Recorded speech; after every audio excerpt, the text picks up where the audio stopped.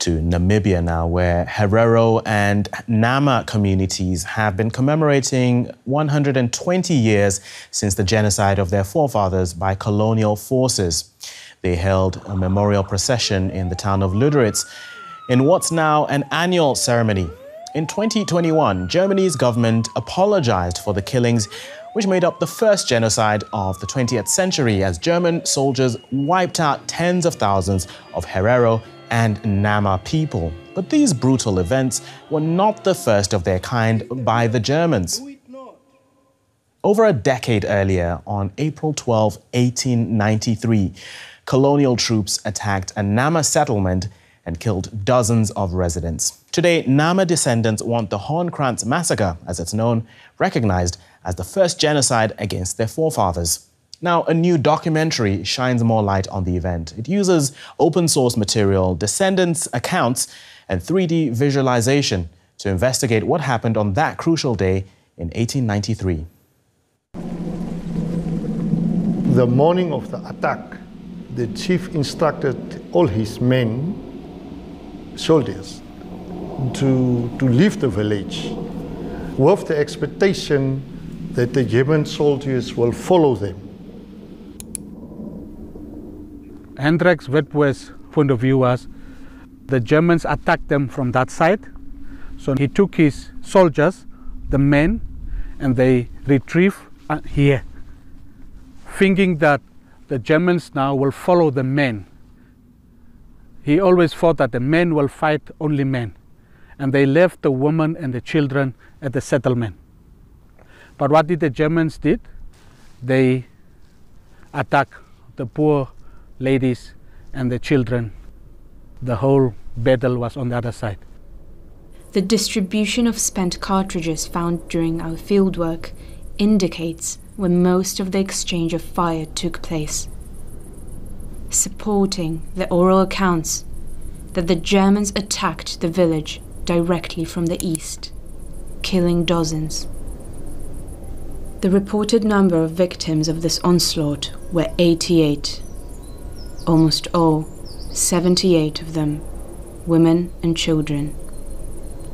Additionally, around 100 women and children were taken as captives.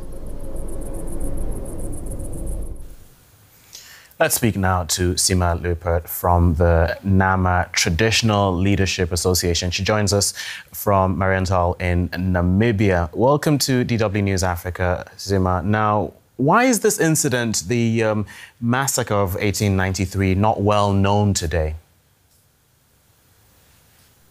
Yes, unfortunately, we seem to think about genocide as something that happens in the moment. Genocide is a process, it is not an event.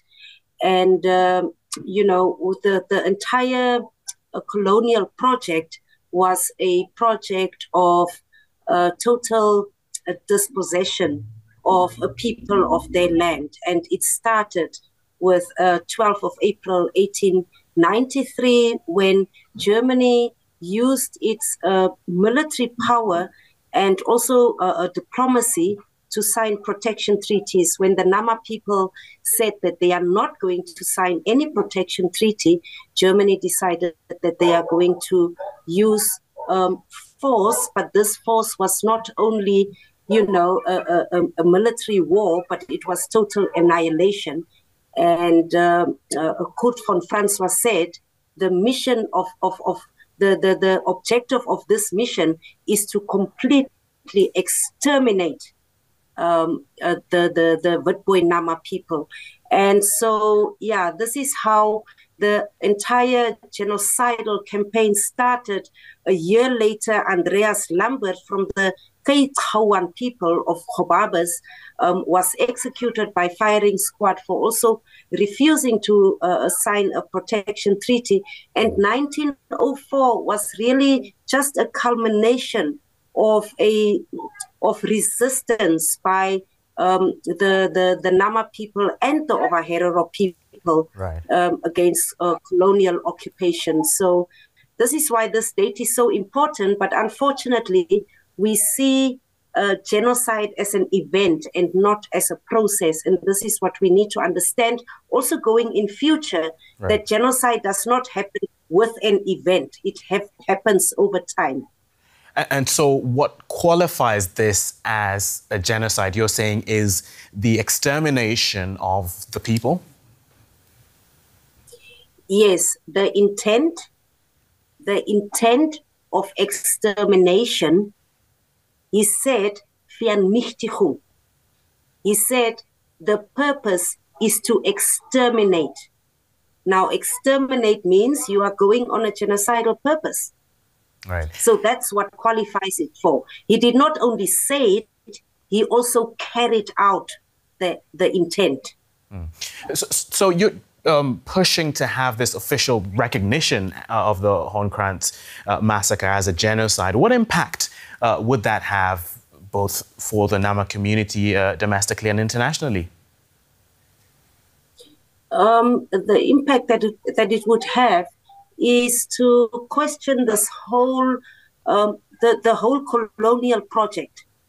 The entire colonial project was a project of dehumanizing people that are not white.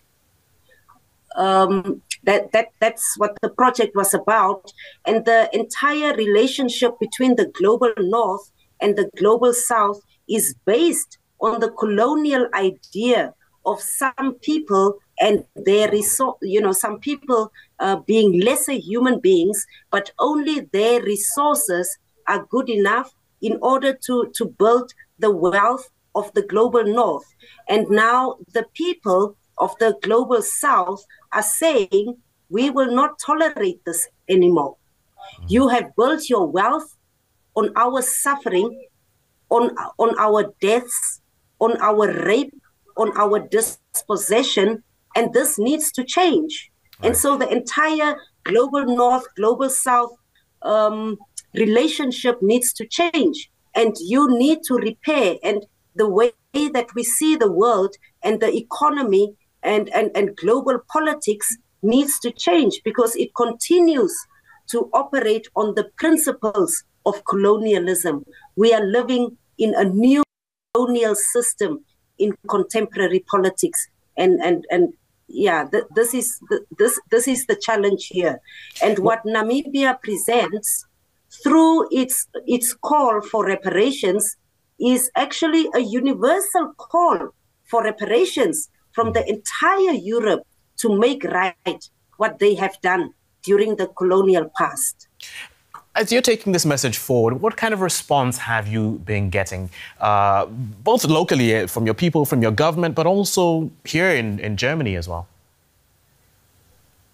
The response that we've been getting is a response of denial.